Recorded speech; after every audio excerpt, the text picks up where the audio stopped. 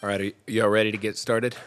We got a quorum here. So Commissioner Inglesby, FYI, said she was not going to be able to make it. So I'm going to run the meeting. Good evening, everyone. The time is 6:01 p.m. It's Tuesday, it's Thursday, June the 22nd. I'm going to call this TIRZ number 2 board meeting to order. Would the city secretary please call the roll? Inglesby, Mitchell, Here. Tobias, Present. Heiser, Flores Kale, Here. Zuniga, Present. Bradshaw, Parsley, Cohen. Here. Brad Johnson. Yep. All right, we have 6 members present. We have a quorum. Next up, approval of the minutes. Mayor, I'd like to go ahead and make a motion to approve the TIRZ Board minutes for the meeting on May 18th, 2023.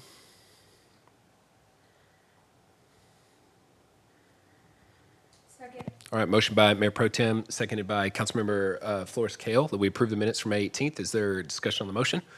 All those in favor say aye. Aye. All opposed? All right, motion carries 5-0. Next up, citizen comments period. Is there anyone who wishes to come forward and speak? Seeing none, I'm going to close citizen comments. It's now closed. Next up, agenda item number 2, consider impossible action. Receive a report, hold a discussion, provide staff direction regarding a review of the location, map, plans, and cost estimates for the design and construction of a temporary parking lot to be paid from TIRZ 2 funds, and update regarding board direction to staff. Mr. Barba. Good afternoon, Leon Barba, City Engineer.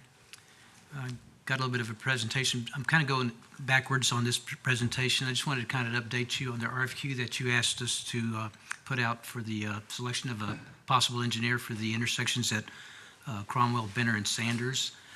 We pushed it out Friday, and it's published today's paper, so we expect to have the submittals due by July 21st, I believe.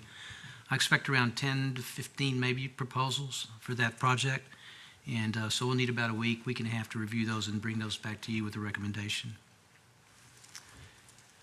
On the parking lot question concerning some of the options, we looked at several options, and I'll go through them with you on this. Here's the general location of the site. It's bounded by Benner. Let me get my glasses. By Burnham on the west side.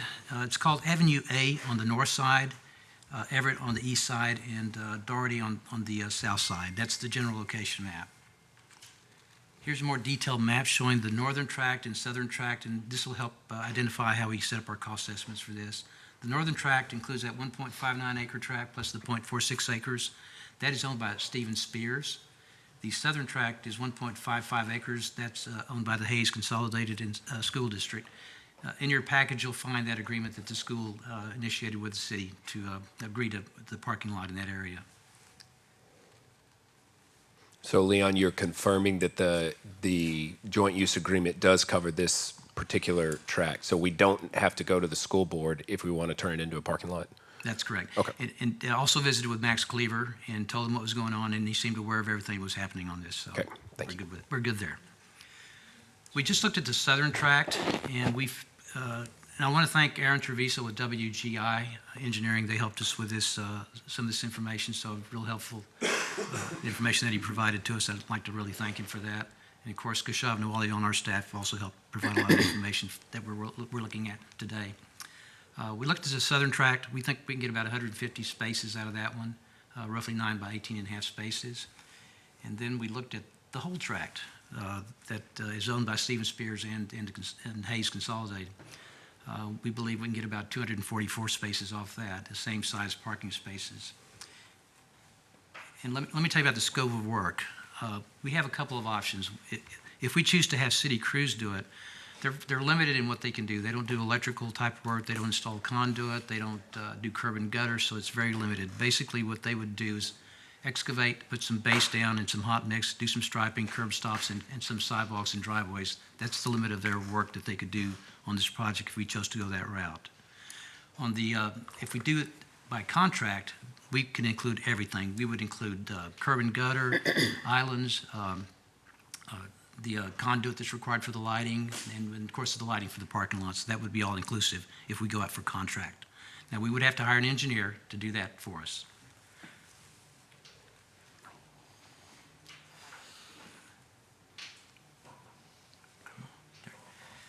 So here's what we came up with. If Public Works does the southern tract only, we're looking at about $175,000. That's no labor included in that.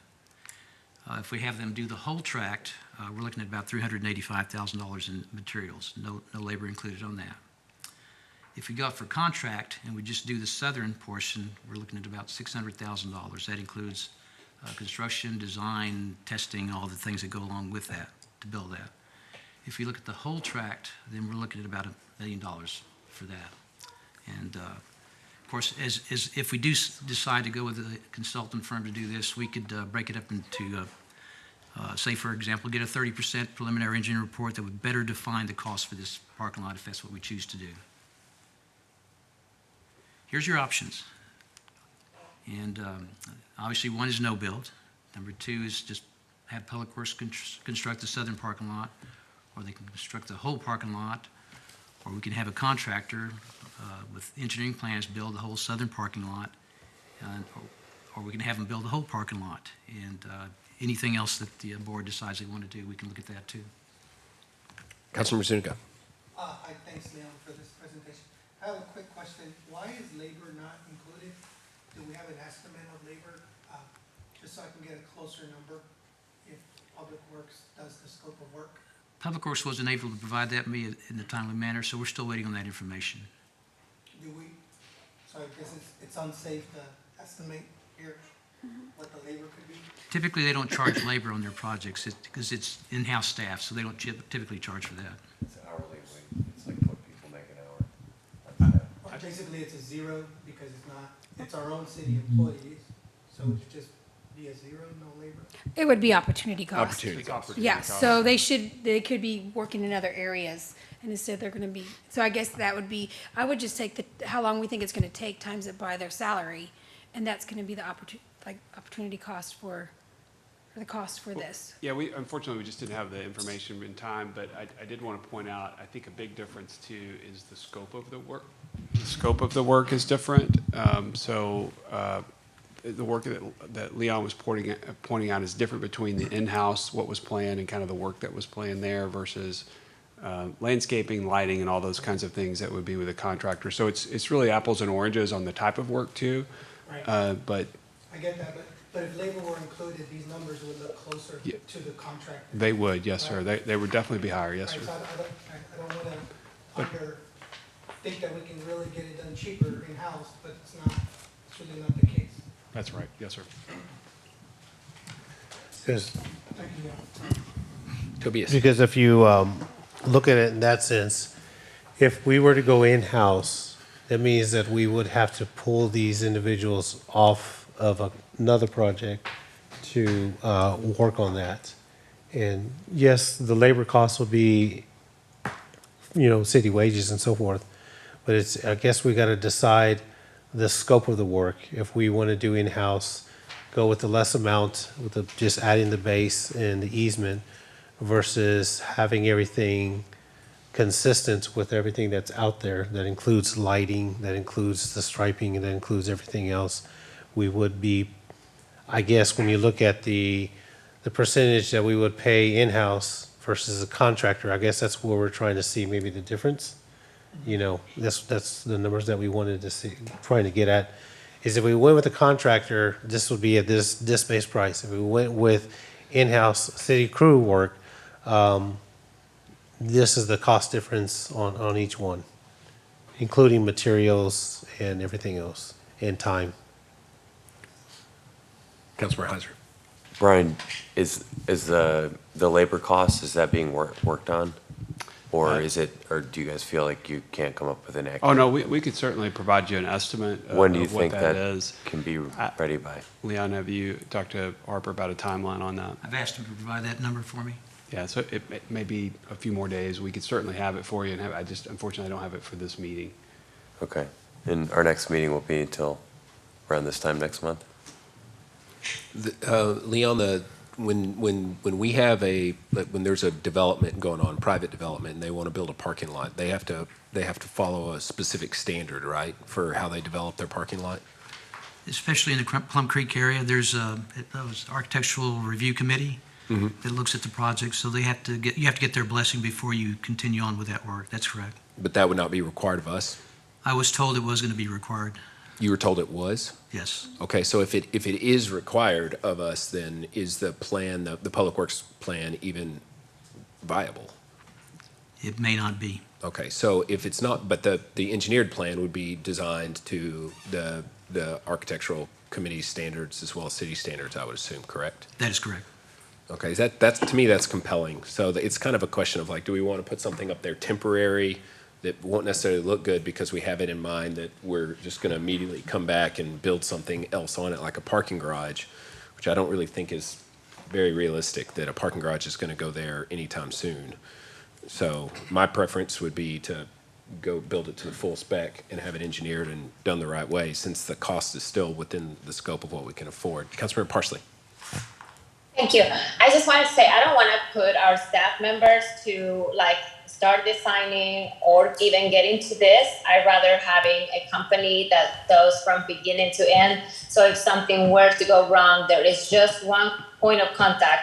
We wouldn't have to be talking to the designer, the engineering, and then our crews, and then whoever is going to do the electrical work.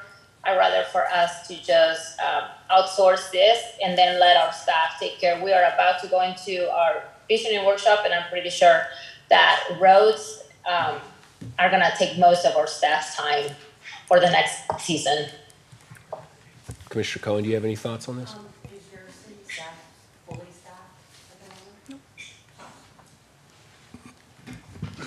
moment? I have a question. Is there a reason why the developer is not paying for these roads? Commissioner Cohen has the floor. She asked Oh, a okay, question. sorry. She's waiting for Go an ahead. answer. I thought Brian shook his head. My apologies. I'll repeat the question. I was wondering if the city staff is fully staffed at the moment. We do have some vacancies. We have the capacity to do the work if we're asked to do that. But I can't tell you exactly how many vacancies they have in there. I know they have a few, but and Amber, if you have a better answer than that, but I think we can do the work if asked. Okay. May I ask my question now? Councilmember Florescale. Is there a reason why the developer is not paying for these roads? Has there even been, has there been an ask for them to do that? For the roads or the parking lots? The parking lot, I'm sorry, yeah, the parking lot. I have not asked that question. I'm not sure what was contemplated. I think that the request that we've had, as I understand it by the board, was to bring back, to have the TIRZ district pay for the parking lot. I suppose that's something that could be on the floor if you'd like to have an alternate way to approach it.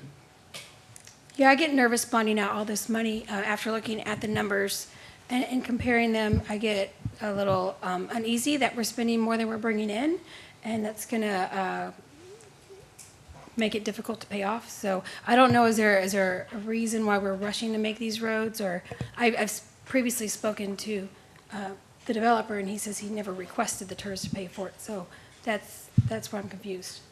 Again, I want to make sure we're talking about the same thing, the parking lots or the roads? Oh, I'm sorry, yes, the parking lots. Okay. We haven't asked him for that, but the roads, he didn't ask for it as well either. So I guess I'm just trying to get a good feel of like, is this TIRZ going to be funded fully by the city, or is there going to be any developer responsibility for any infrastructure, like we would do with a regular development?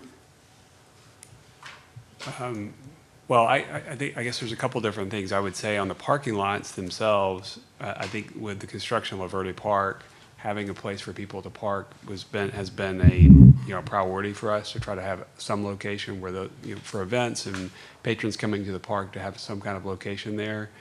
I'm not aware of any discussions that we've had with the developer about the parking lot, so I can't speak to that. Of what the history of that has been, or the roads.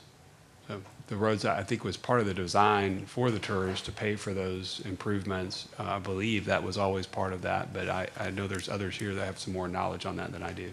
Okay, I'm looking at Exhibit A. I'm not sure, I can't remember where I printed this out of. Are these pictures the same area, I guess? I have a question. Yes, that's Exhibit A in the agreement. Okay, so in Exhibit A, I can't tell if that temporary area is dedicated to the ISD for admin building or not. That's what was confusing to me. Because it looks like it's the same, so my question would It be, is the same spot. why would we spend even $1 on an area that's already dedicated for the admin building according to the ISD.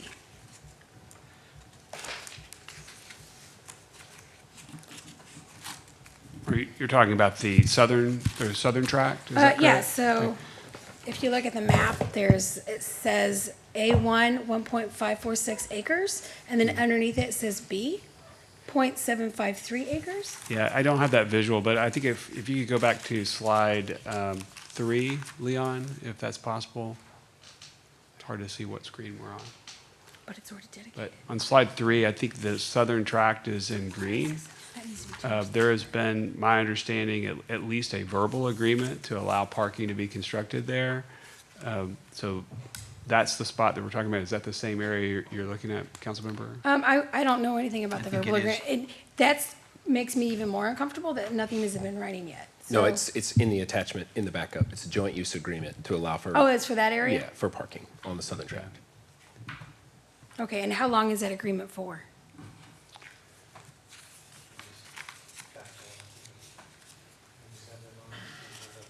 It's been a couple years at least since we put Is that there, in. is there like an end date to that? Do you know the answer? 20 years, It's a 20-year agreement. Okay, and it starting from was, September of 2020. Yep.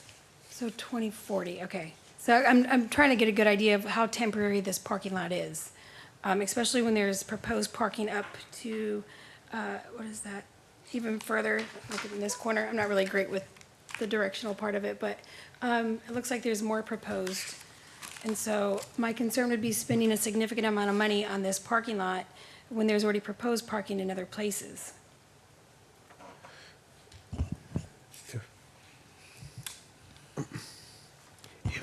If my memory recollects, when we originally had these proposals brought forward, most of the parking that the developer was going to look at was at the park itself. I think they were looking at pull-in parking lot, or not so much a parking lot, but parking spaces. But I don't recall any conversation that I know of that we had wanted them to build additional parking spaces that would include 150 spaces that I can remember at the But time. I think normally, like, the development is supposed to have a certain amount of parking spaces. So if they don't have those parking spaces, I would assume that the developers would then at least share a cost or pay for Yeah, the but parking. I think on that end, the grand design was for walkability, that we were using the Vibe Trail for that type of foot traffic and so forth. And the development itself, if I can, like I said, if I can remember when we were showing the concept plans, that there were parking spaces, but it would be in front of the street, in front of the businesses, or on the side. But as far as a full scope parking lot itself, I don't recall any conversation that we had with the developer to design an entire parking lot with this amount of spaces. Do we know if that's in the development agreement? Well, I drafted the agreement, and that I probably need a little bit of help with some of the recollection of the big picture.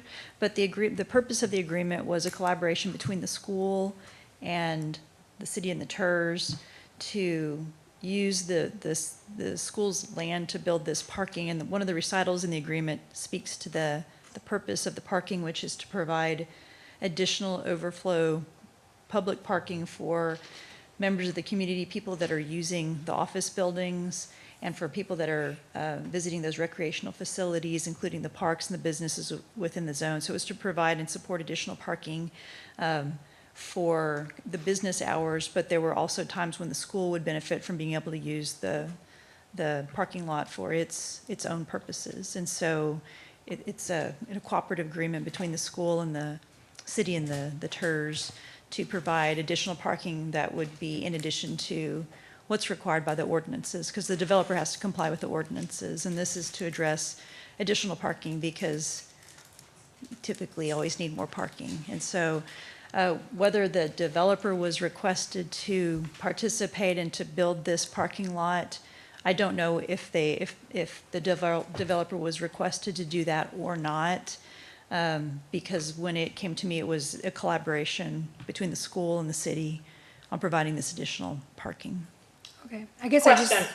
Councilmember Are we talking about the parking lot that is going to be behind Heroes Memorial Park, correct? No. This No. is the parking lot directly across from La Verde, in between the PAC Center, just west of the PAC Center, and north to La Verde. Okay, so basically, the main users of that parking lot will be our residents that are gonna be using our parks and probably walking to the Heroes Memorial Park and the commercial areas that will be Yeah. along the way, correct? Primary use would be for the PAC, La Verde, and then as well as if there is retail, along next to La Verde, some of that retail space that's right there that's already constructed, that would be a good parking area for them to open up as well. So it benefits all parties. So I do believe that if our residents will be benefiting in order to not have to hassle to go to a park or to the PAC or to the, Heroes Memorial walk-in, I do see why we should be putting the bill. I agree that the school board, I don't know how we are dealing with this, but they should definitely help if they're gonna be using it for the PAC.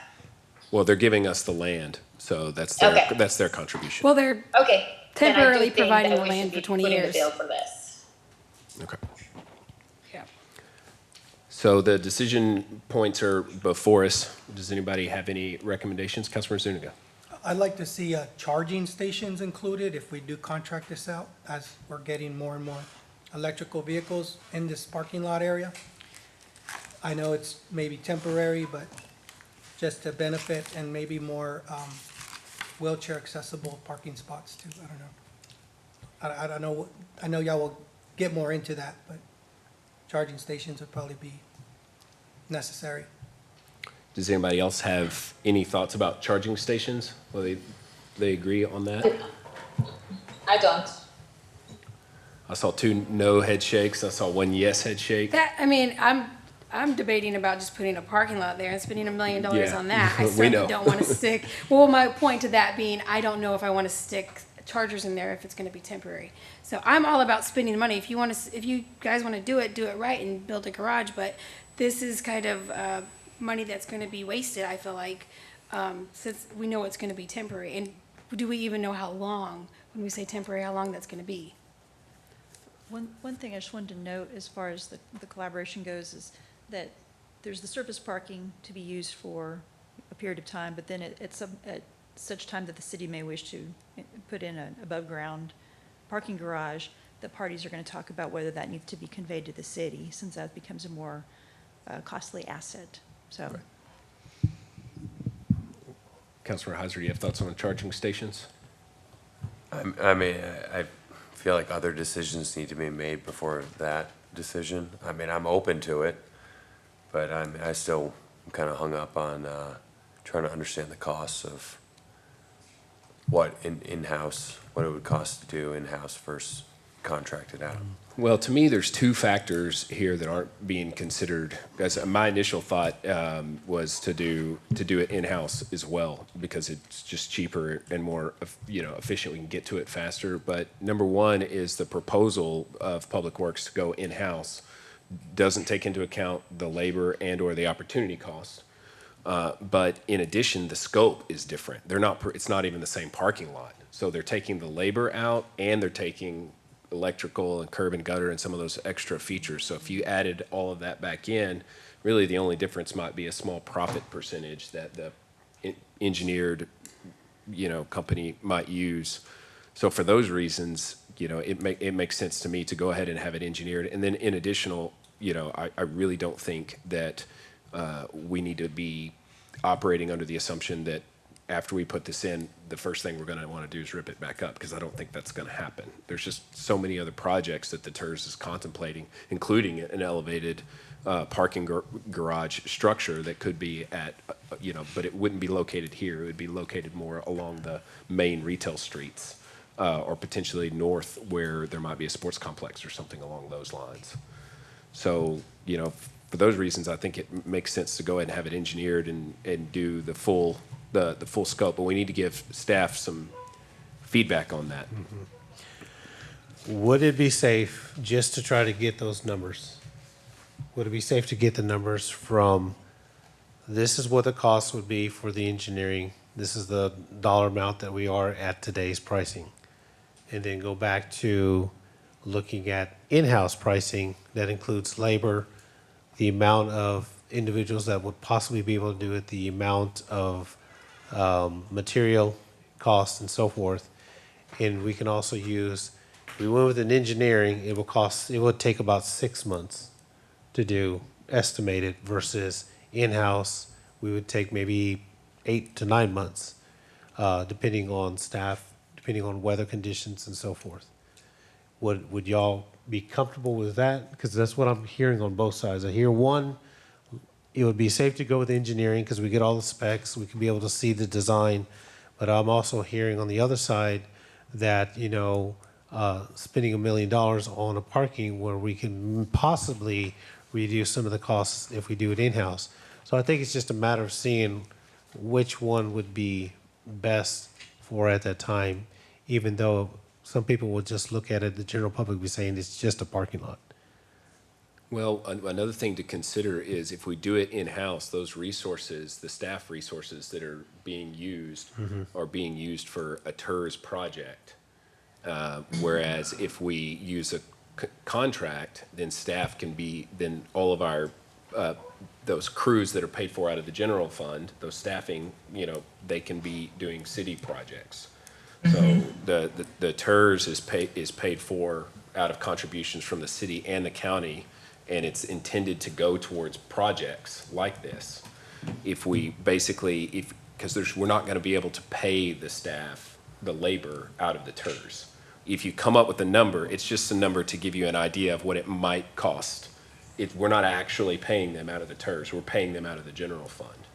So when you take that math into consideration, as well as the fact that Public Works has said that they cannot build it to spec, I'm not sure we really have really much of a choice here at this point. Because if it has to go before the architectural committee, that's going to be required, just the way that we have our own standard. So there's going to be, cut islands for trees and some landscaping a little bit, as well as stand-up curb and gutter throughout and electrical and those kind of things, which Public Works can't handle.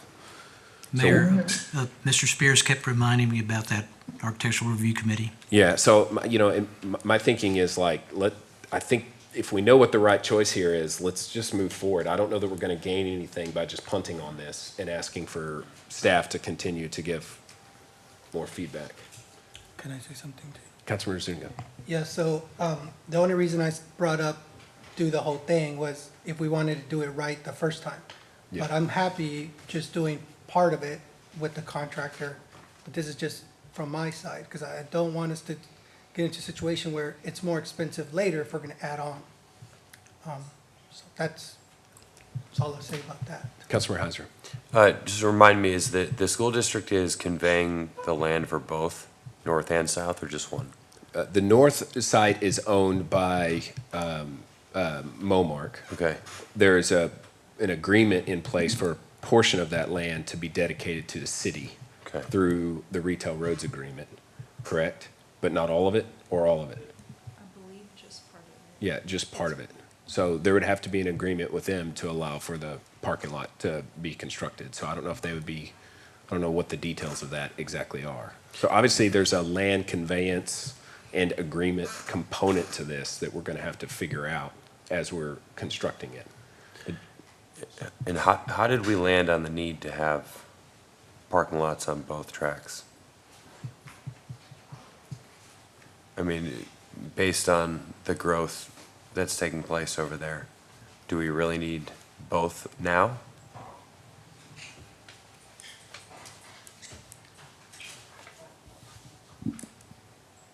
Is that a silly question? I don't know. No, It's a legit question, and that's why people can't answer it. If you have an event at La Verde that has 500 people there, how many people are going to, it has the capacity for, I think, 2,500 people is the park that we just built. And where do those 2,500 people park? I think there's also the adjacency question of just the northern track next to the park itself. It was closer as opposed to walking down to the southern, and it's hard for us to, it's a new park, it's hard for us to say how many people will use it, how often, but it does have the capacity for a large number. That's why we're bringing it forward today, to kind of try to get some direction of how you'd like to do it. But I think being right next to the tract or to the park is kind of the reason we were looking at the northern track. I think, Mr. Langley, you bring up a valid point, which is it's a new park and we don't know. So my question would be, is it in the best interest of the city to just go all out and build on both tracks? Is that the responsible thing to do? And maybe I'm wrong. Maybe I'm just being a little too conservative. But La Verde Park is still only 89% complete, and we want to stick 250 cars out there. So I don't know if that's a fiscally responsible thing to do when there's a lot of unknowns. Sure, I understand the question, and I think that's a good question for the board to ponder. I think what I would say in response, though, is normally we wouldn't build a park without any kind of parking access to it. So it's a typical feature that you'd have next to some kind of park, because you know you're going to have some people that are going to need to park there. So, if you're concerned about it being too much parking, then I think you could look at either the northern tract or the southern tract and try to do some of it. But I would argue that we do need to have parking associated with the park. I agree with that. May I say something? I'm just giving an example of what we have going on in America Harrison Park. Ever since it was built, that park has always, even when it's 100 degrees, has people and kids playing in it. And when we have events, it always becomes chaotic. So having a park like La Verde that is going to have so many features and so many great things for kids and families to enjoy, I think the responsible thing would be to take care of the parking like as soon as we can. Otherwise, we're going to be opening a park that basically has people have nowhere to park. So. Because isn't that the argument and the dispute that we always have when it comes to Lake Kyle? Yeah, Lake Kyle has no parking. Yes. And we have, that's the controversy we had with the fireworks that we had. Yeah. Okay, that's like, there's no parking there. And Exactly. there's nothing there. And so,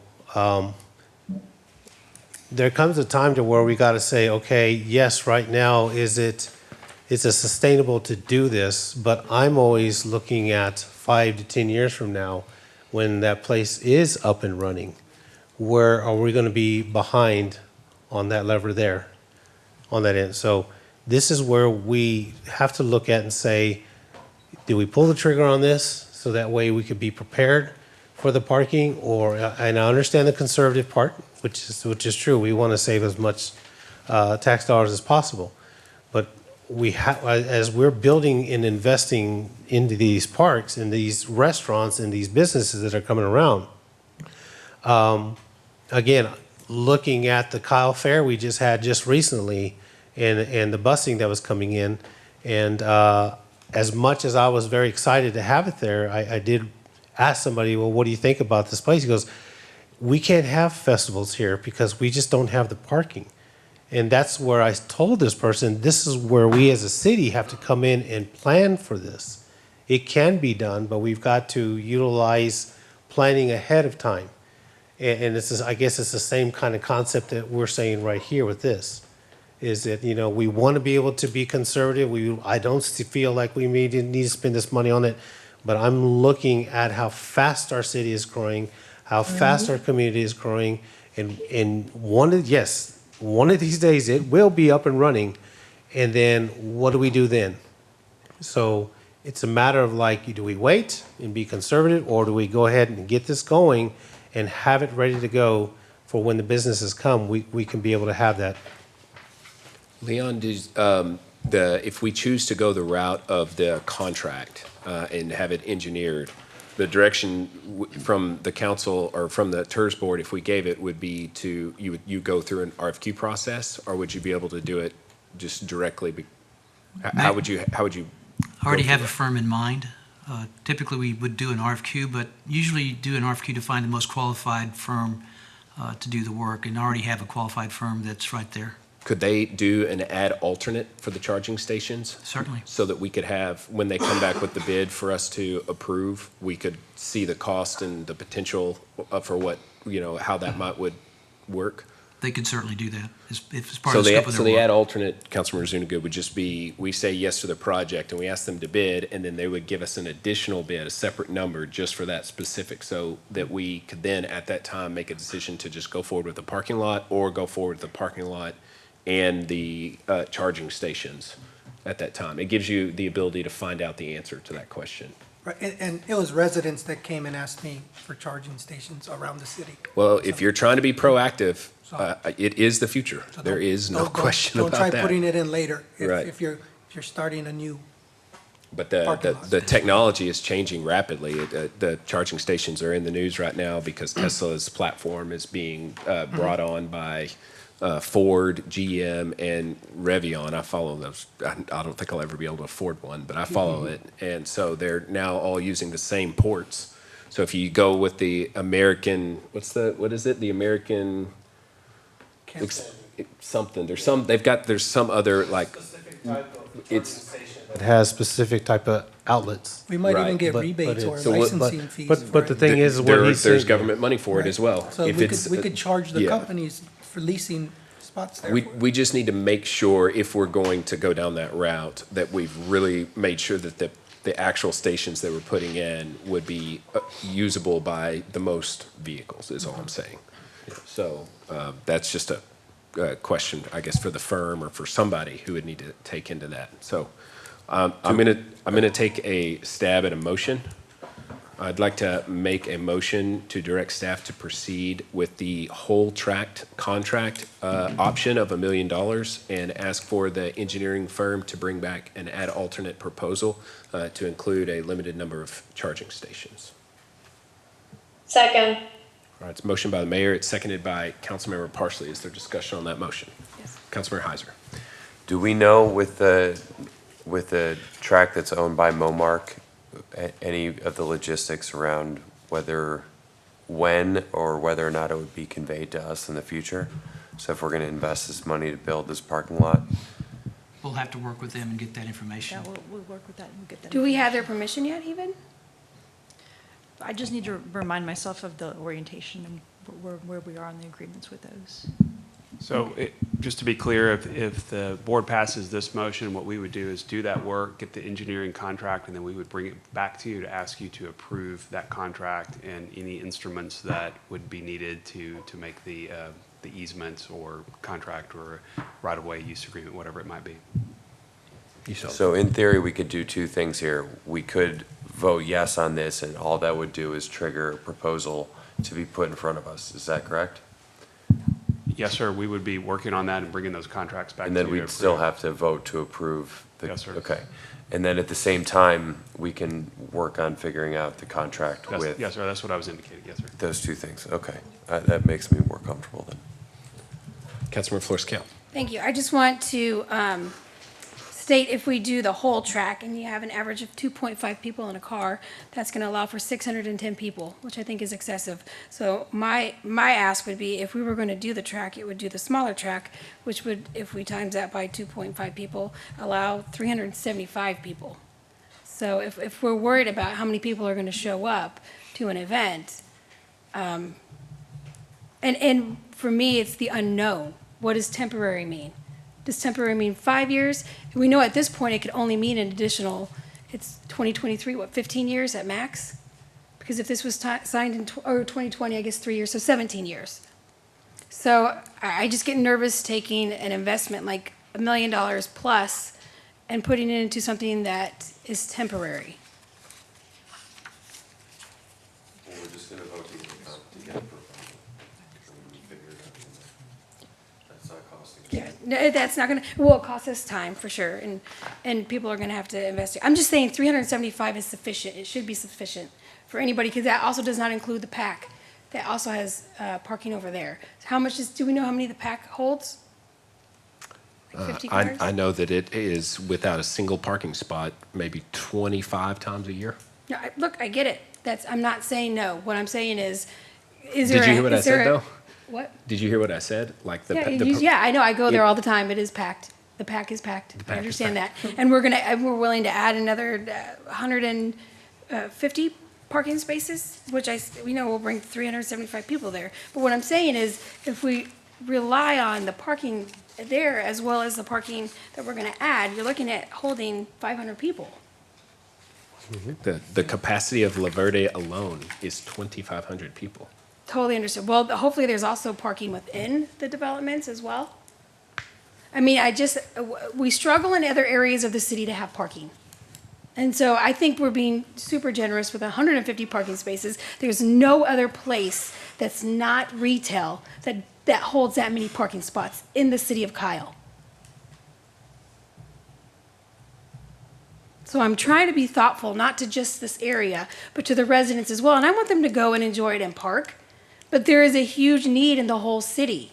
So I feel a little bit selfish taking 150 spots and saying, no, absolutely not, we need 244. And that's just for our parking that we're going to contribute. That doesn't include the parking from the pack, nor the parking from the retail. Okay. But isn't more parking better than running out? When you don't have to pay $1 million for it and bond that out. Because the interest on that alone is probably $8,000 a month. So what you're saying is you're against the parking? No, correct? I'm not against the parking. What are you Look, against? If it were me, I would say build the garage. What's your to stance? stop- What is your stance on this? My stance is if we're going to do it, let's be fiscally responsible Okay. and not overdo it. Let's not spend $1 million on parking when there's lots of areas all around that need lights, course. right? And Of so course. I feel a little selfish putting $1 million into an area that's not even developed yet, so we can have parking for people in just that one area. But isn't that Can I the have, same? I need to ask a question. Is there any way that this can be engineered in a way that could be remodeled to have second or third floor whenever we do the garage? Just to have as in. Like put a roof on it.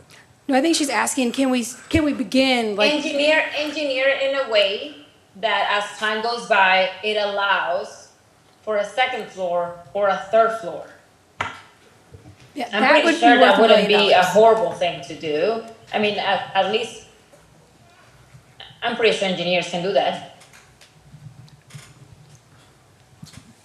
Council member, in thinking about that, even if you try to do that, as you're constructing the second or third floor or whatever number of floors you put, with all the heavy equipment, with all the construction that needs to be done, it would tear up the existing parking lot.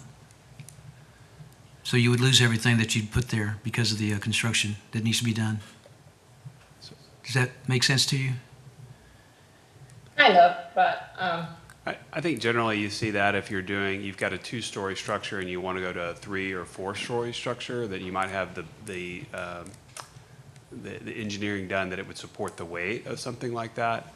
And the other thing I would say is we could look at on the southern track of approaching the school district and try to have a longer-term lease agreement or a longer-term agreement beyond just, I believe it was 20 years. So we could explore that as well if that's a concern of trying to get as much use out of that as possible. That's something we could certainly take a look at as well if that's a concern. Yeah, I would appreciate that. If I knew it wasn't temporary, then I would say build it. I would say spend the $1 million and put it in there. Put the charging places in there. If I knew this was going to be permanent, I would be all for this. It makes me a little uneasy to know this is temporary because nobody knows the timeline. This could be next year. This could be 10 years from now. This could be 50 years from now. But I think on that, Ms. Florescale, that's the whole point, because when we have situations like we have with downtown, that is a problem. We don't have the parking because the park wasn't planned for large events like that. So we can't have those type of activities downtown because of parking. Actually, we can and we do, and they're great. We do, yes, we do, but wouldn't it be looking at it, again, I'm looking at it 5-10 years from now when our city is at a population of 80,000, 90,000. And we have this area up and running. where we're already ahead of the game in a sense when it comes to the parking. I'm looking at it in those sense that we're planning ahead, and I understand your concerns, I understand your fears. And of course, you know, it is the money issue on that end. But I guess for me, there comes a time to where you have to really start planning for future use on it. And yes, you're right. People do use the pack a lot. It is packed there. I go there a lot with my kids, and sometimes the school district has to alternate days because they're not able to get a lot of the programs in. You're having to wait for people to pull out of the parking lot and wait on the other side of the street for them to be able to have parking spaces. We got the Heroes Memorial around the corner. We're gonna have those businesses there. We're gonna have the PAC Center. So it's just looking for me long-term when it comes to the parking, finding a solution now so we're not running into this problem 5, 10 years from now. And the temporary part is, of course, yeah, we don't know what it's going to be like in 10, 15 years. But at least we can have something to go on. And when that time does come up, there could be some negotiations on that end. And you never know. Especially with our school district is growing as it is, as fast as it is with more students, that area is going to be needing to be used quite often. This bid that we'll get, will it be broken down by north and south? And then what it would cost to do both? Just because if she's more open to doing one than the other, if she votes yes, at least she'll get what she's wanting, and to be able to see the numbers for one north versus south. The estimates I gave you were just if we build the southern half only, and I know that in talking to Mr. Spears, that's what he actually wanted us to look at doing. I said, no, I've got to give the board some options at looking at the southern portion only and doing the whole parking lot. Okay, so so if we vote yes to the mayor's motion, we will have, what you'll come back to us with is a dollar figure for both north and south, and then north and south individually. Which we have now. It's $1 million for the whole thing. Well, yeah, but you said, aren't we going to get an official estimate on cost? Isn't that what we're voting on here? Well, you Yes. have a cost for the engineering, and then we would have, the engineering contract would be approved, and then we would bid the project. Okay, And This number should include engineering. okay. Yeah, I'd like to compromise too and see the numbers on the southern track. But also see the number with what it would cost the Public Works dollar amount, so that I know how close we were when we contracted it out versus keeping it in-house. Can we get that number in the next presentation? I need some help on that. so the question is you want a number for, Right, I want to be able to compare the million for the whole track versus the Public Works whole track. So that when people come back and say, why did you spend 3 times more? That's really not what we spent. It was a much closer number in reality. we can certainly give you, yes, sir, we could certainly I have to come, defend the vote, right? Right. Because residents might get upset, so sure. I have to say it was closer. We just decided not to do it in-house because of opportunity costs. We can certainly give you that and then try to point out what we think, again, that the costs are going to be different because the scope of work is different, but we could try Right. to give you as best we An could, an apples to approximation. apples Right. comparison. We could certainly provide that for you. And how long would a project like this take? Is I this don't a know. 6-month project? It's a parking lot? The contracted type where we do everything is probably going to take 6 to 9 months easily. Okay. And then the Public Works just does the basics. You're looking at 6 months maybe worth of work. Okay, And that's just a guess at this point. good enough. Thank you, Leon. Any other discussion? I just want to say this, we've seen plenty of times on the east side, the lack of investment. We are not investing, or this is an investment for that. The PAC is the only community center, I would call it, in our city, or even close. That's why everyone uses it. So, you have the Verde Park, you have the PAC Center, you have the Heroes Memorial Park. You're going to have ACC Medical Building across the street as well, plus the retail that's going to come in. I feel we do need this kind of investment in that area, because we know what it's like when we don't invest, and which is what I'm dealing with in my own precinct. So I'm for, building up the parking lot, because it's needed. All right, any other discussion? All those in favor say aye. I- All opposed? Motion carries. Six.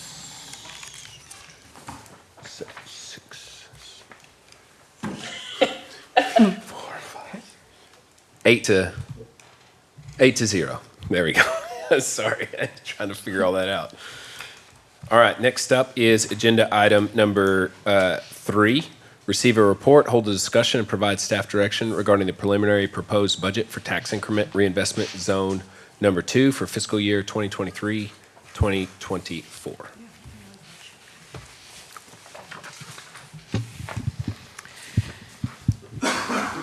Mr. Vice Chair, board members, good evening. For the record, I'm Pervez Mohit, City's Finance Director. At the last board meeting, the board directed staff to prepare and bring back the proposed budget for next fiscal year. So this agenda item responds to that direction given to staff. What we have planned for you is to show you the preliminary proposed budget for next year for TIRZ number 2, as well as show you a 5-year forecast for TIRZ number 2, given the numbers we have for assessed valuations and tax rates for both taxing jurisdictions. So with that, I'm going to begin.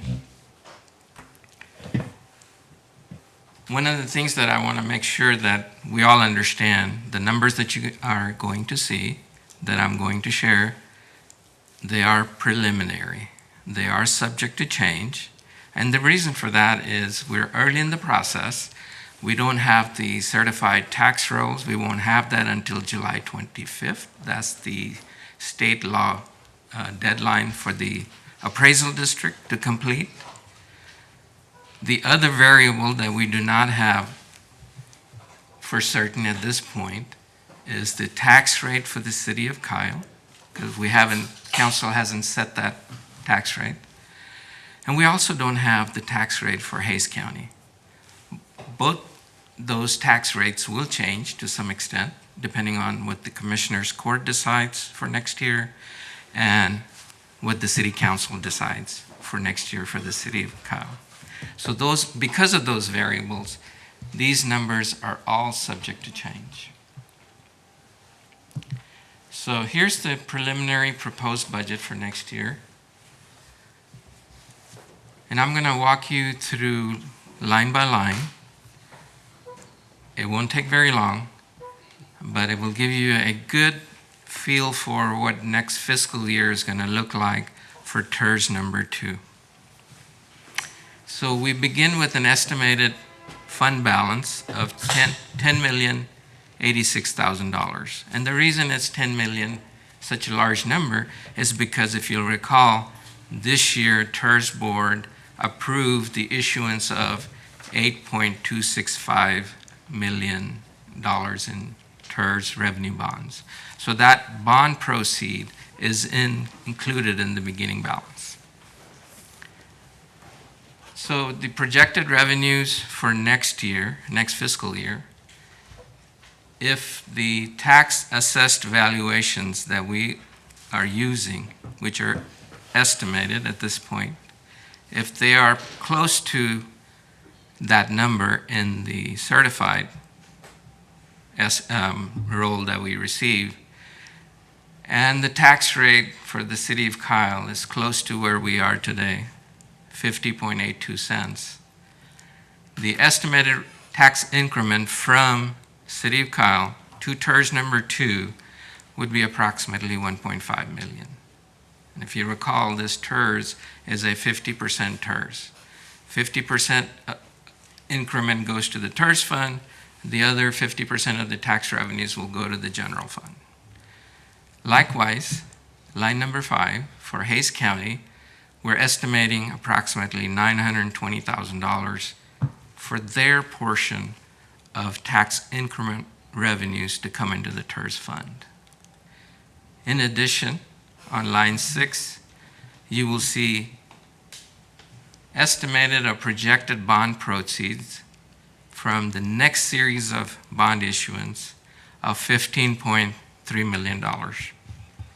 So when you add those, all three numbers, the increment revenues from City of Kyle, the projected or estimated increment revenues from Hays County, and the bond proceeds for the next issuance of TIRZ revenue bonds, that equals $17.7 million.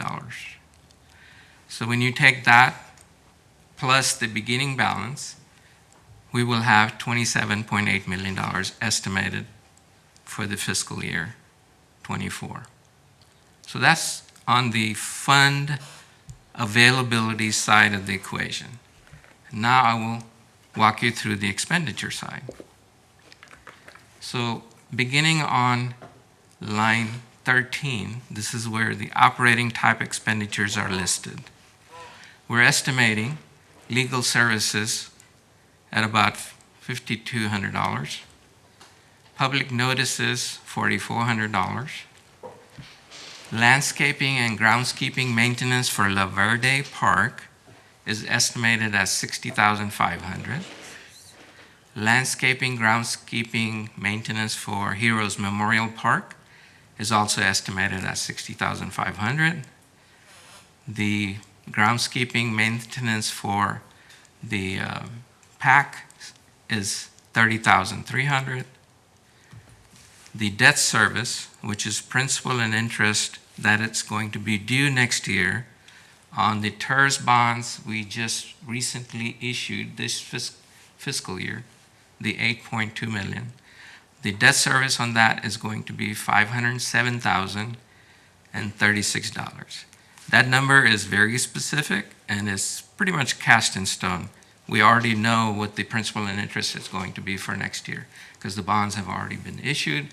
We have agreed with the bondholders what the payments will be.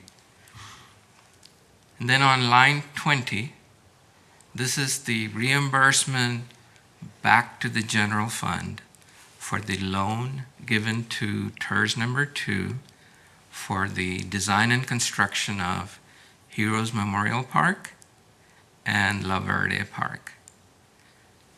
We haven't closed the books on La Verde Park yet because it's still under construction, but so far it's about $17.3 million between the two parks.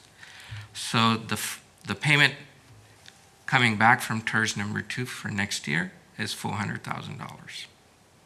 So when you add up all the operating type expenditures, that's $1,068,000 estimated. Now, starting with line number 25, these are the CIP or capital improvement project expenditures planned for next year for TIRZ number 2.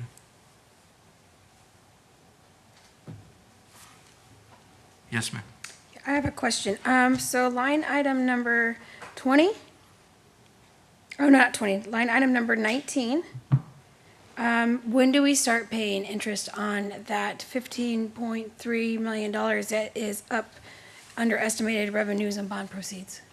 So typically we issue bonds or try to issue bonds, the timing of the bonds such that principal and interest will not be due in the first year. So if we issue the debt around May, June timeframe, which is what we are planning, the debt service will not begin until the following fiscal year. Okay, and then I have another question. $1.2 million was borrowed from our city funds. Who came up with the $400,000 to pay back? 1.2 million? Well, it looks like in this City of Kyle Fund Summary Budget Status Report, transfer ends. Oh, that was April. just for 1 year. The total amount of transfers that the general fund has loaned to TIRZ number 2 is about $17 million in round numbers. Okay, so then So why the- are we only paying back 400,000? So because the TIRZ has other capital expenditures planned, so the amount of available funds to make sure that the TIRZ fund does not go negative, the repayment of the general fund loan is spread over a number of years. So next year's payment is 400,000, but it is up to the board. The board can change this number. Yeah, because if we pay 400,000, that's going to outlast the amount, the term of the TIRZ. If We we've have, got, we have planned it such that before TIRZ expires, that the loan would be repaid. Because if you recall, now the TIRZ expiration has been extended to 2056, I believe. 57. Thank you. okay, and then line item number 33, if you go to like 34, which is blank, my question would be, what is the reserved amount required for the $15 million that's going to be bonded out? We don't know yet. It's We- not even a line item. Right. And So once we begin on the marketing of the bond, we start discussing with underwriters. We don't know to what extent we will be required for reserve. Part of that reserve could be paid with insurance or surety. Part of it could be cash. In the last or the first bond issuance, 50% was from cash. What you see here on line 33, it is 50% of the bond reserve required. The other 50% was from a surety bond. So depending on the cash position of the TIRZ, when we're ready to issue the debt, we will know exactly what the reserve requirement will be and how best to fund it. Can we put a line item on there, even if, because there's some that are blank too, like, it says general administration, and that's blank. Can we just do like 34 and then put required bond reserve for TIRZ Bond Series 2024? Certainly, we can do that. So going back to CIP or capital expenditures next year, line 25, these are the 3 retail roads, $8 million that came from the bond proceeds that we issued bonds this year, Series 2023. Line 26, 27, and 28 are the 3 planned roundabouts in TIRZ number 2. Roundabout at Cromwell Drive and Kohlers. Roundabout at Benner Road and Kohlers. And the third one is at Sanders and Kohlers. They're each estimated to be slightly over $5 million. However, the expenditure that you're seeing for next year is estimated at 1.5 for each, is to get those projects started, meaning for design, right-of-way acquisitions, utilities, those groundwork starting next year for the roundabouts. And the last item for the capital requirements is line 29, which is what Leon went through earlier with the board, the temporary parking lot estimated at $1 million. So we've included the $1 million, the top end of that cost estimate. So when you add up all the CIP projects, that add up to $13,500,000 for next year, planned expenditures. Because these are estimate, the actual amounts will be less, or they will be less and more between the line items, but it'll be pretty close to what we think we're going to be forecasting for next year. So when you add up the capital expenditures, the operating expenditures, and the bond reserve requirement, the bond reserve is also, just like the debt service, it is a firm number. We cannot change that, and we have to plan for it. So when you add those, all 3 funding requirements, the estimate for next year is $14.8 million. So when you net the funding requirements from the funding availability of 27.8 million, we estimate that a fund balance of $13 million will be remaining in TIRZ number 2 fund at the end of fiscal year in 2024. So that's the preliminary proposed budget for TIRZ number 2. I'll be glad to answer any questions y'all may have. Anybody have any questions for Leon? Councilmember Florescale. All right, so going back to the whatever this is fund summary budget status report. I have a question on lines number 31, 36, and 37. So, starting with 37, it looks like actual spent in 2020 to 2021 was 468,000, and then it went to 2 million, then it went to 400,000, and then 500,000 and 500,000. Why is that the last for proposed? Why is that zero? I'm trying to figure out, Board Member Florescale, which document is it part of the agenda packet? Yes, it's the fund summary budget status report. Okay, that's my next part of the Okay, presentation. You're good. Ah. Then I'm going to want to know that. Certainly, I'll definitely answer that. So this was the preliminary proposed budget for next fiscal year, the 12 months starting October 1st through September 30th, 2024. So if we don't have any questions, I can move on to the next section. Okay. So the next part of my presentation is to show you a 5-year forecast or a window what the TIRZ fund is going to look like. So what you see here, I hope this is the document you're referring to, Board Member Flores. Call me Yvonne. Okay. So let me give you a overview of the format of this document first, so it'll make sense as we go through it. On the left side, you have the revenue and expenditures, and across, we have 6 columns. Year 1 through year number 5. These are each fiscal year. And at the end, the 6th column is basically a total of the 5 years. At the end of the 5th year, what is the picture going to look like? So let me walk you through year number 1, which is basically the proposed budget we just went over. So you will see how this works. So is this the fund summary budget report? This is the 5-year financial forecast. Make sure I'm on the right one.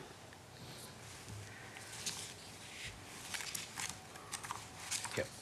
Okay, that wasn't the one I was talking about. I was talking about the fund summary budget status report. Are you talking about materials that have been included in the packet? Yes. Yeah. Okay. I'll tell you which one it's in, but you can go ahead with, I'll listen and look.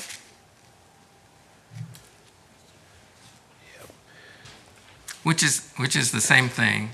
Should be the same. Yeah, It's it is the information. same thing. It's Okay. all in the agenda item. I think that's why we're a little confused on. Oh, it just has Yeah. different titles? Yeah, it does. Yeah. Okay. Well, that's why. Yeah, well, it doesn't have the same information either. This starts with 10,000,806, and this has beginning is like empty. Yeah, this is what I'm on. But you go ahead and Okay.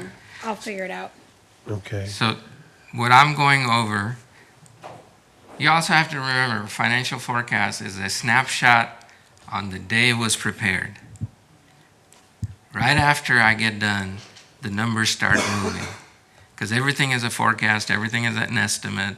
As new numbers come in, we update the forecast. So year number 1, we are estimating that the beginning balance for TIRZ number 2 is going to start with about $10 million. Line number 1 is the estimated revenue for tax increment from Hays County, $920,000. Here again, please remember that these are based on preliminary assessed valuations. That will change by the time we get to certified tax rolls. The tax rates for Hayes County, the tax rates for the city of Kyle will change by the time we get to adoption of the city's budget. Line number 2, the bond proceeds, which are planned for next year, $15.3 million. Line number 3, 4, and 5, these are the city's portion of tax increment. If you remember from our budget discussions, city tax rates, property tax rates have 2 components: the maintenance and operation component and the interest and sinking fund component, which makes up the total tax rate. So the M&O portion from the city's tax increment is estimated to be $873,000. INS portion is $623,000. Together, it's $1.5 million, which is what we showed you in the proposed budget. Together, between bond proceeds, Hayes County share, and the city's share is $17.7 million. So when you scroll down to the expenditure side, we're showing the debt service for each of the debt that is planned to be issued. And you will see across that each column has a new debt service added on. It's because we're issuing debt in 23, we did the 8.2 million. We're issuing debt in 24, which is 15.3 million. We're issuing debt in 26, and then we're issuing debt again in 28 for the planned CIP expenditures. And moving on down, the expenditure requirements here, we have the operating expenses under year number 1, legal, public notices, landscaping, grounds maintenance for La Verde Park, landscaping, groundskeeping for Heroes Memorial Park, grounds keeping and maintenance for PAC, $30,000, and the repayment of the loan to the city's general fund, $400,000. This may show you the question you had, Board Member Flores-Cale, earlier. What is the projected repayment schedule? So over the 5-year, it goes from $400,000 in 2024 to $475,000 in year number 5. So over the 5-year period, it is estimated or projected to repay $2.2 million. Here again, the board can change these numbers if y'all would like. Then in section or line 21, this is the retail road construction estimate. We don't have the breakdown yet from Momark, how the $8 million is going to be allocated between the 3 roads, but you can see the 3 roads have already been identified. They're clearly labeled on the 5-year forecast. Line 23 is for Avenue A street extension. Line 26 is the Cromwell Road extension. Line 29 is for the Heroes Park Drive extension. These 3 roads we have agreed with, the TIRZ Board has agreed with the developer that the roads will cost $8 million. We just don't have the breakdown between the 3 roads yet. They're working on that for us, and we should have that shortly. Before the budget is adopted, we'll have those numbers clearly defined. And then on the last slide are the roundabouts that we talked about earlier. First roundabout is on line 32, Cromwell Drive at Kohlers, $1.5 million in year number 1. And then you'll see in year number 2, we're estimating that in year 2, $3.6 million additional funds will be required to complete the roundabout for a total project cost of $5.1 million. Likewise, for the other 2 roundabouts, similar estimates. These are preliminary estimates for each roundabout. The firm estimates will come after the design is completed. At least 30% or 60% will have a better number at that point. line 35 is the parking lot, and then line 36 is the planned parking garage, which is planned for design to begin in year number 3 or fiscal year 26. We're estimating for the parking garage to cost approximately $10 million.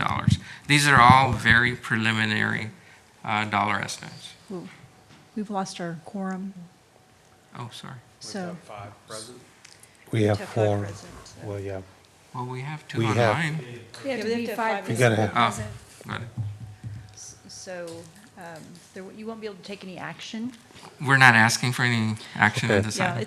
it's posted and Oh, sorry. people can have a presentation, but no action, Just discussion. just Just discussion. so this will be discussion because it looks like we lost our in-person quorum right now. So if we could just continue, I guess, go on with our presentation and we'll just go from there. Yes, sir. Okay. So when you look at the most important line on this forecast is the last line, the estimated ending fund balance across the 5 fiscal years and what that picture looks like. So if you look at year number 1, we're ending the fiscal year with $13 million. Most of it is bond proceeds because by then we have 2 bond issuances. Year number 3, because we have these capital projects that were underway in year number 1, they're nearing completion in year number 2, the fund balance drops to $2.6 million. Then year number 3 goes back up to $10.9 million because we're now issuing the 3rd series of tax increment revenue bonds to pay for the capital expenditures. Year number 4 drops down to $7.4 million, and then year number 5, we're showing we're going back to our normal or average fund balance of $3.9 million.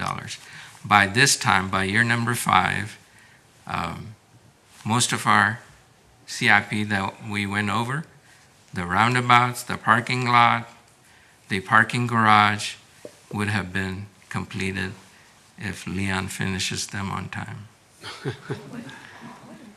No pressure, Leon.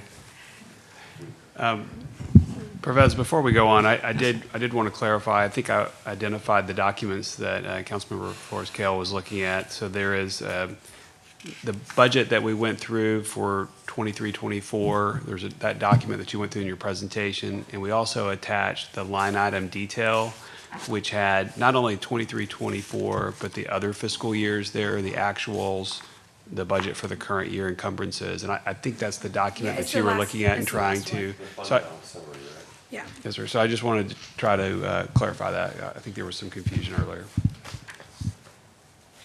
We attached that as an exhibit. You're right. Okay. Okay. So, any questions on the forecast, the 5-year forecast, before I move on and share with you the assumptions we have used in the estimation and projections over the 5 years? So I do have a question. Flores Kale? For the required bond reserve funds for Series 2023, oh, that's just for 2023. That's, So why would we not put in the amounts, because we know we're going to bond out in 2024, 2025, and we're going to bond out again, so why wouldn't we have line items for those reserve fund amounts as well? because at this point, I'm estimating that those will be covered with surety bonds. We won't need any cash for it. But as we get closer, we'll know firm amounts. But I can add a line that will show for the different series, but without a number. Okay.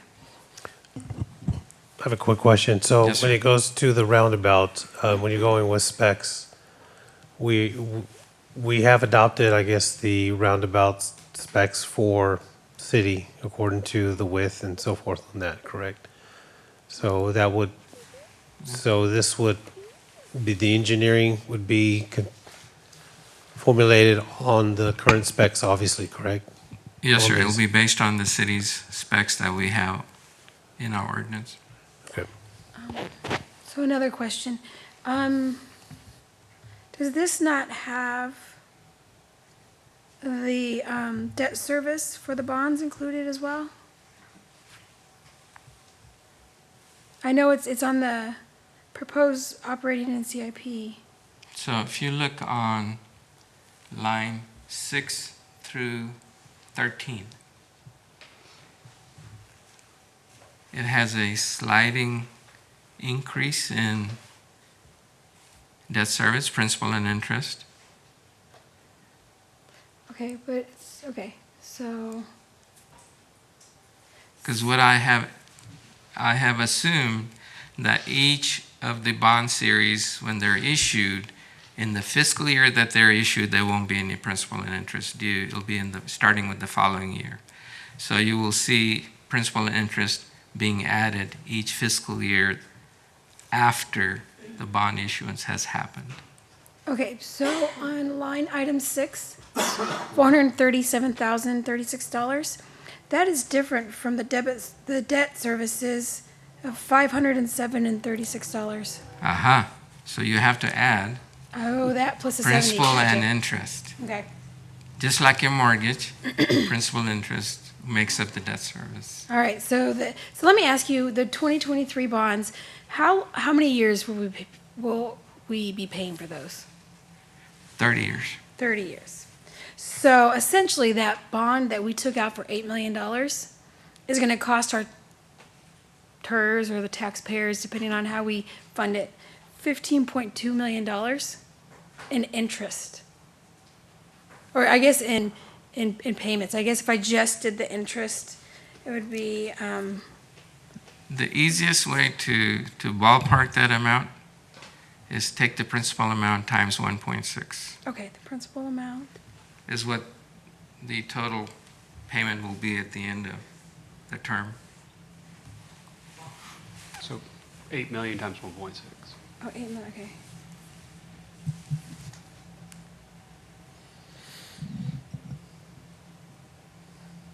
Yeah, $12.8 million. And that's is that the overall cost, or is that, That's the overall cost, plus the issuance cost. okay, I see what you're saying. So, so 4 million? Is that what we're looking at? I'm confused. So the number that I got was 12, oh, wait, maybe I did that wrong. 8 million. And you said times that by, So let me show you. I have in part of the assumptions. okay.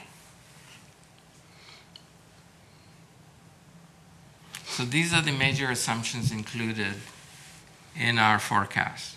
This is what helps drive the forecast numbers. Number one, growth rate for taxable assessed valuation. We're assuming it's a 15% annual growth, which is conservative considering the growth rate that we have experienced so far. It is a new area. It's high density development, and it is growing.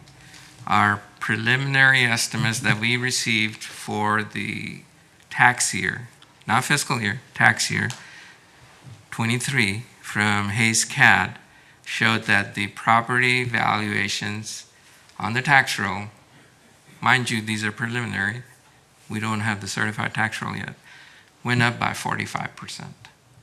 So given that as a backdrop, 15% is conservative. Now in the future years, it will taper off. As that zone develops, it will not be growing at 45% per year. It will be a lot less. So in the future years, we're forecasting 5% and 3%. Okay, well, But in because the early years, is 15% per year. so 2022, 2023 was actually negative 13.9%. It looks like, No? well, I guess on the fund summary budget status report that I'm Okay, reading. I'll get to that. Okay. I'll get- Well, I guess that's, so, Yeah. So 15% per year for tax assessed valuation. General administrative costs, this was the legal fees, the public notices, 5% per year. However, Paige is going to keep it down as close to zero. Landscaping, groundskeeping, maintenance cost, we are assuming a 10% cost increase each year. Those are contracted services. For capital improvement projects, $37.4 million over the 5-year period. And let me walk you through what makes that $37 million. $8 million for the retail roads in '23. The temporary parking lot, $1 million in 2024. The 3 roundabouts, $15.3 million over the fiscal years '24 through '25. Parking garage, $10 million over the period 2026 through 2028. And then other improvements that the board decides in the future, it's another $12 million available to the board for future in years 26 through 28. Now, these are major assumptions. They're subject to change from year to year. We don't know the tax rates in the 5-year forecast period. We don't know the certified tax rolls. So those variables will change over the 5-year period.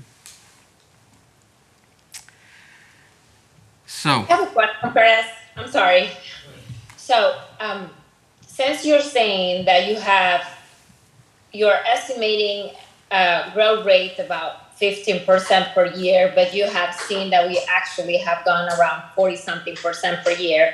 So in the event that we show a lot more revenue coming, because of the growth rate that we are having, will we be able to start paying more towards the debt that we have in order to bring down maybe the interest of what we are bonding?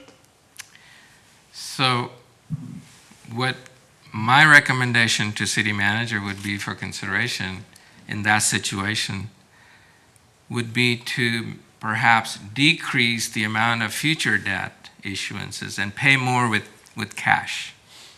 So Okay. if we have a lot more cash available, you're better served using that cash toward capital projects rather than bonding. Okay. Makes sense. So this is the most important slide of my presentation. We need direction from the staff, and city manager on down. We need direction from the TIRZ Board. And these are the 4 key areas we need direction on. Number 1, has staff included all capital improvement projects, CIPs that I just went over, as intended by the board? So I'm going to read the questions for y'all to think through, and then we'll come back. Number 2, is the timing and sequencing of all capital improvement projects in the same order and priority as envisioned by the board? Meaning the parking lot, the retail roads, the roundabouts, the parking garage. Are they in the timing of it, and sequencing, meaning which one goes first, second, third? Number 3, should staff include or add any other capital improvement project to the 5-year CIP plan for TIRZ number 2? And lastly, if we, staff, missed anything in 1 through 3 above, do y'all want to bring up or add or subtract anything under number 4, other? Any thoughts? Danielle has a question. Danielle, I partially, do, Councilman. yes. And I am sorry that I wasn't able to attend the last meeting. Are we including in this project any crosswalks between the Heroes Memorial Park to where Texican is, or by the residential areas across the street where the roundabouts are going to go?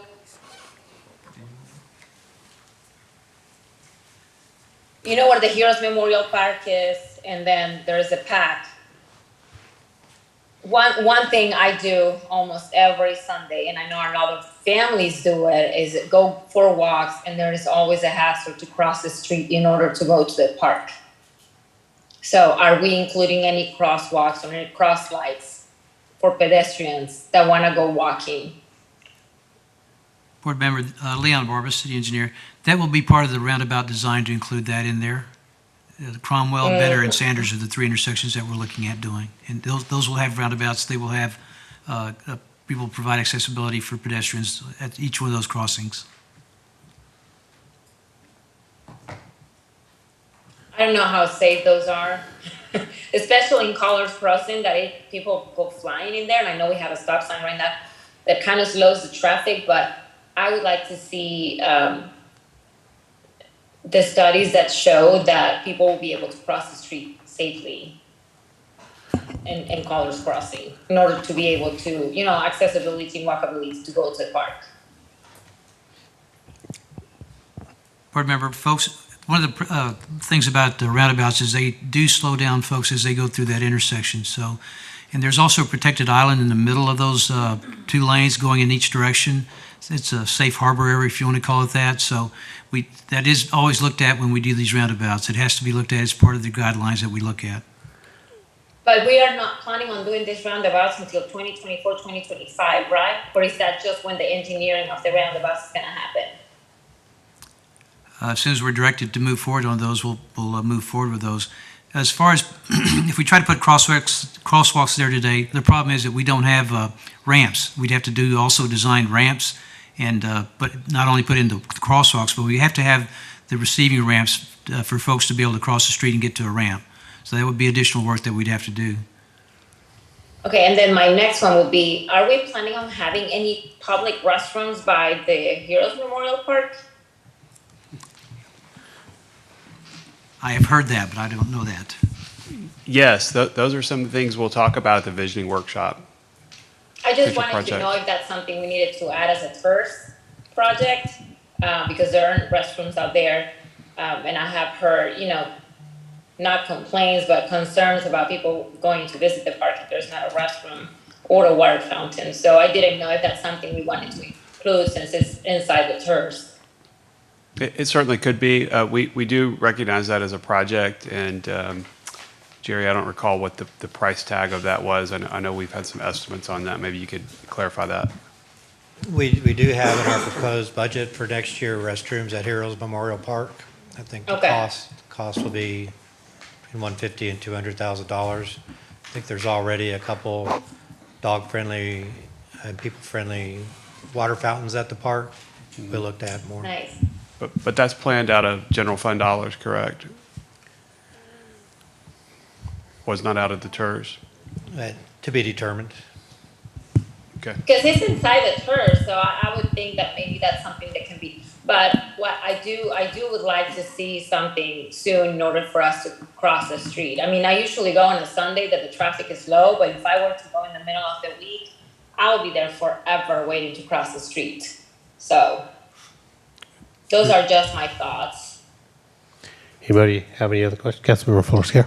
Thank you. I do have a concern that we just discussed the parking lots, and there is $10 million posed to go into a parking garage.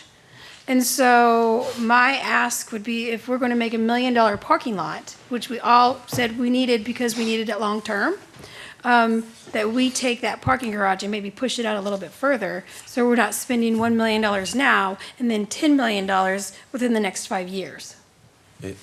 Is that the parking garage that's proposed at the other spot? I don't think those aren't the same things. Well, we were just talking about a parking garage that, I mean, Is there- there's no way there would be two parking The garages. garage is, I believe the garage, if I'm correct, is in a different location, which is, it's closer to the, to 1626, So can just people- north of Heroes Memorial. Can people park there and then walk? I mean, what's the point of that parking garage? It's If people are- clear on I'm the not other going- side of, it's like Show me on the in the map. brick and mortar area. Well, while they're looking at that, I had a real quick question, if you don't mind. If anybody else have any, Commissioner Cohen?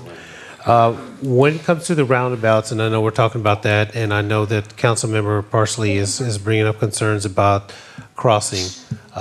Is the design still looking at a 2-lane roundabout, or is it going to still be, or is it going to be proposed as a one lane for the vehicles there? I mean, because obviously Colors is 2 lanes going both south.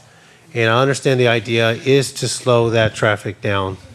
But again, if we're going to have 2 lanes, that means that we're going to need to widen it a little bit more. So it's going to be very interesting to see the engineering concept on that, especially when you have that traffic there. And to bring up to Councilmember Parsley's point, if there are going to be additional crosswalks, how would they look like, and how big would that island be? Because obviously, it would be a huge roundabout in those areas there. We don't have detailed plans yet, but just off the top of my head, I'm thinking it's going to have to be a 2-lane roundabout, and we'll have to make sure that we provide refuge there for persons that may not move as fast, like me, and try to get across the street, so we'll have to provide some kind of refuge for them as we go through the design. But again, we're going to follow those Federal Highway Administration guidelines to do that. Okay. Councilmember Forrestal. So, can I jump in there, Mayor Pro Tem, real quick? Sure, go ahead. Yeah, this will be the last, and then I'll have to leave the meeting. But two thoughts. One is on the project and pedestrian crossings. So we are definitely needing to make sure that the engineering takes into account fully pedestrian mobility at those intersections. But just keep in mind, let's say we changed course and we just did a signalized intersection at Cromwell, for example. If you're trying to walk across that signalized intersection, you have to consider traffic from like 9 or 10 different directions, two going east, 2 going west, maybe just 1 going south, 1 going north, and then north turning west, south turning east. There's just a lot of movement and the potential for vehicles to miss the sign and for a collision to be at a high rate of speed. If you design the roundabout the proper way, you never have, with the median, which is where you would stop, the way you would walk across is with a very designated area to walk across. And you'd never have to walk across.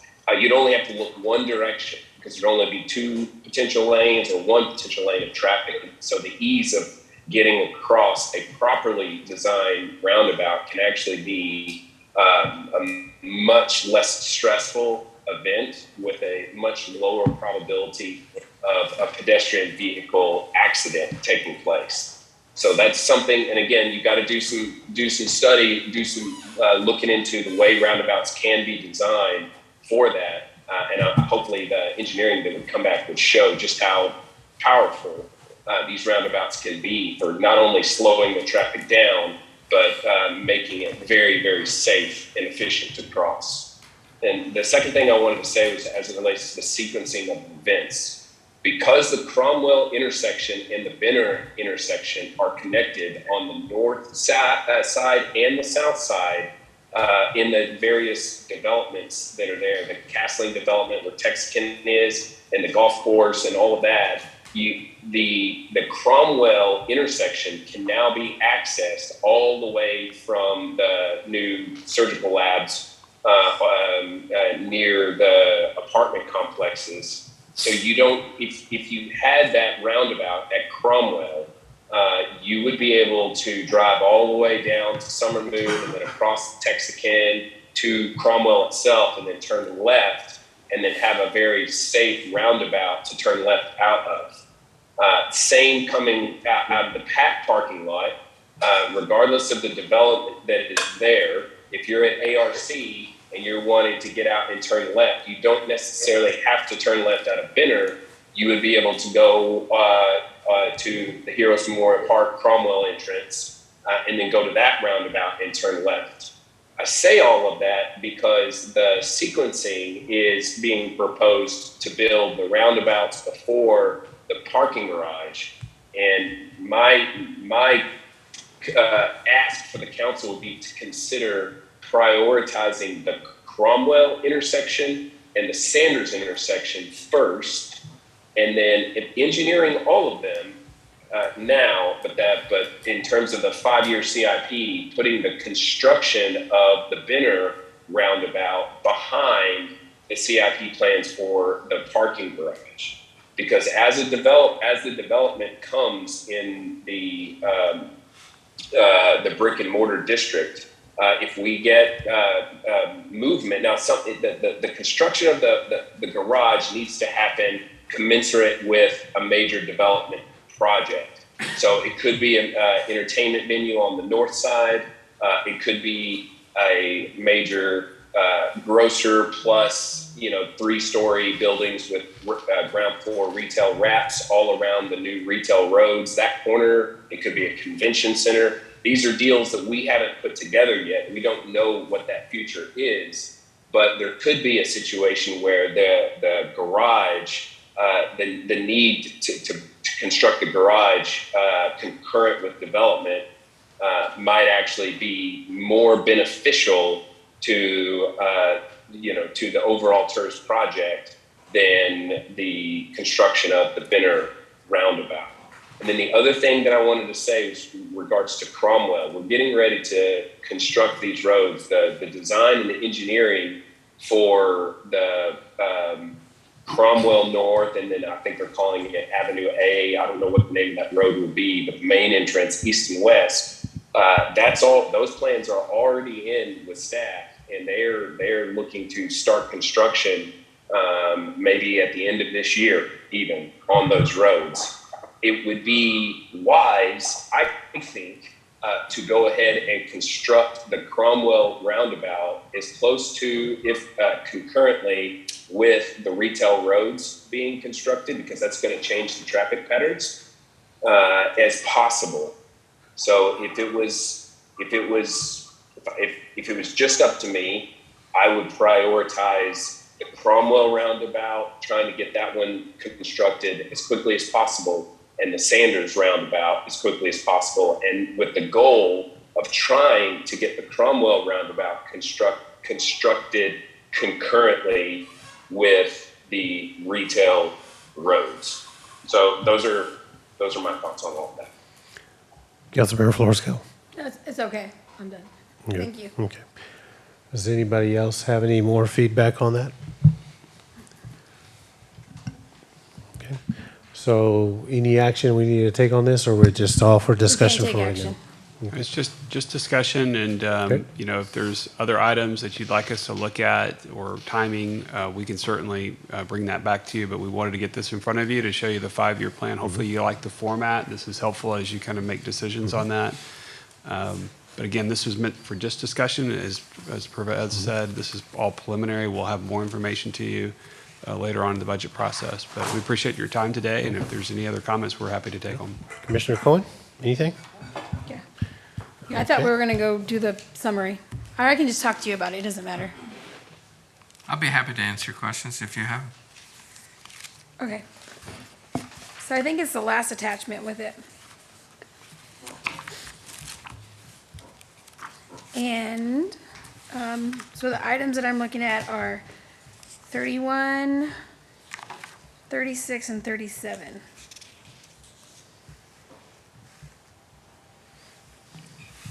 $31 is general administration. Yes. So I guess I'm just curious as to why that's zeroed out. Which one again, ma'am? Line item Line item. 31? 31? You're asking why it went from a current estimate of 50,000 to proposed for next year to zero? Is that the Correct. question? Mhm. Do you see that line, Pervez? Yes, sir. And I have the same question for 36 and 37 as well. So, in the, let's see.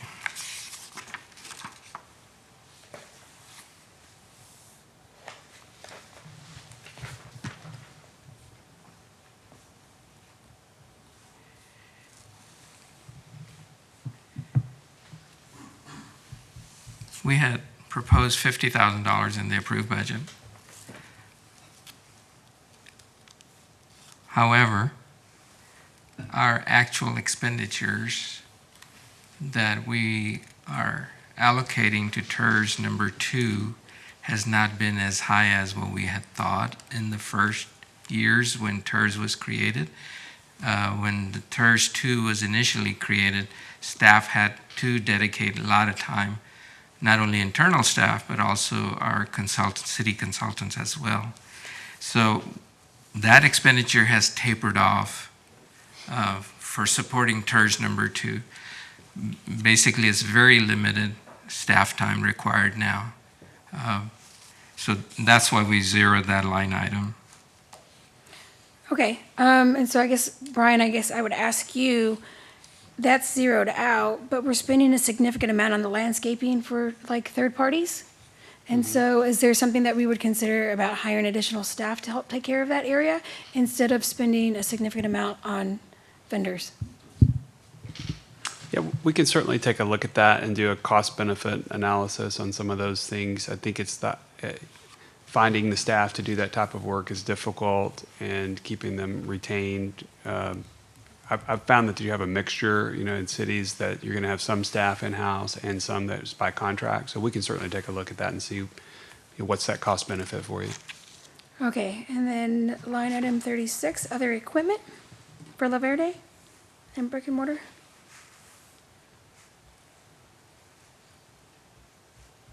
So this is the actual park equipment. Most of the expenditures have already incurred. The vendor has delivered. Most of them have been installed. So you won't see any future need for equipment until we get into year number 7 or 10, when time starts for replacing some of the equipment. Okay, because we're not done with it yet. We're almost there. We're almost there. You're not going to convince me just yet. Okay, and then the capital improvements, construction for La Verde. Same thing. Okay, so that's being hopeful, right? I got a few other questions. So going back to line 1.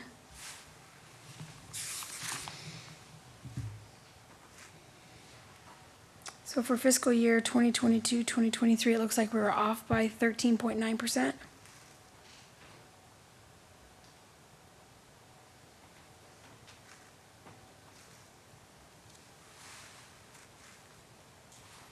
So that 13.9% is basically a comparison of what was in the approved budget versus what we are proposing.